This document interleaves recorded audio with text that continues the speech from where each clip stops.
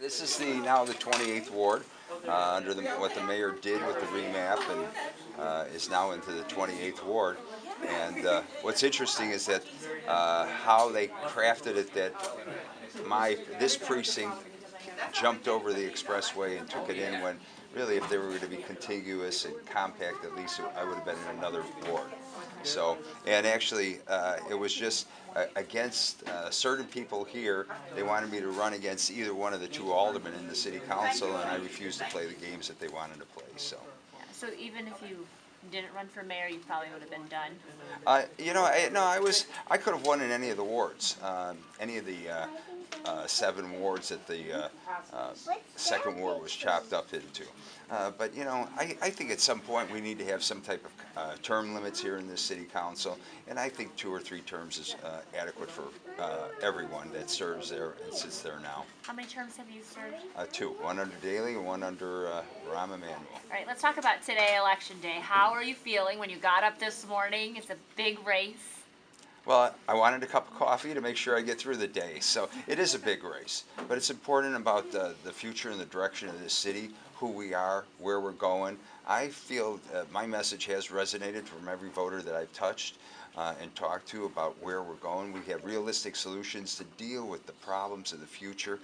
We're facing a fiscal problem, and that can be, if we do it the right way, we won't have to raise property taxes. And I hope the mayor heard what I was saying many a time. So, because if we raise property taxes one more time in this city, we're going to see another urban flight in addition to what's happening now in this city.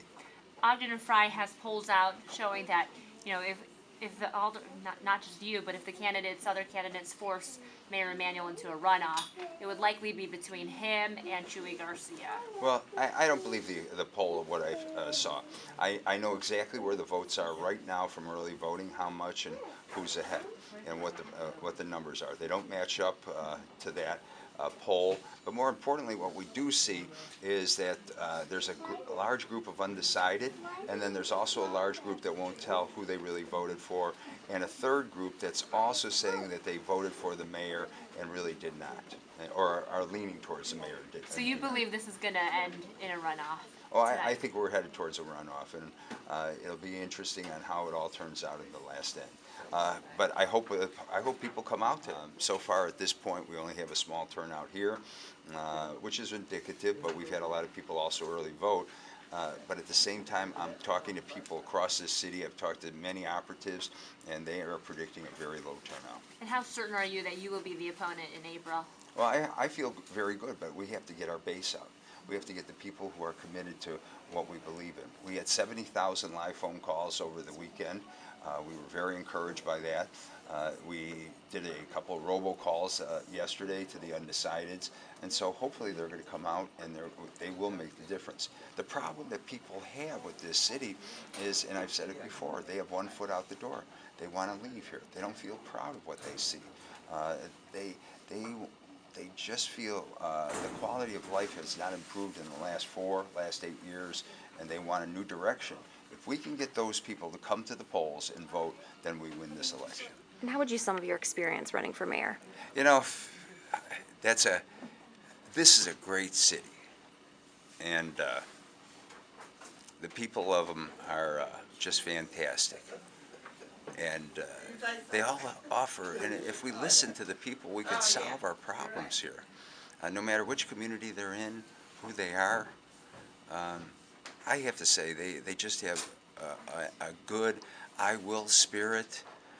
They want to make change.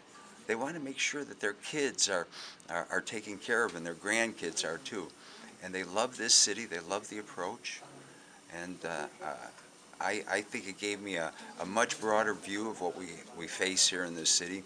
That's why I've always asked the mayor and the other opponents to join us at 75th and Halsted. And let's start walking the neighborhoods and listening to the people and see their everyday struggles, and see what it means to work from paycheck to paycheck. See what it means that you can't get a good quality education. See what it means when you have to dodge bullets in the streets.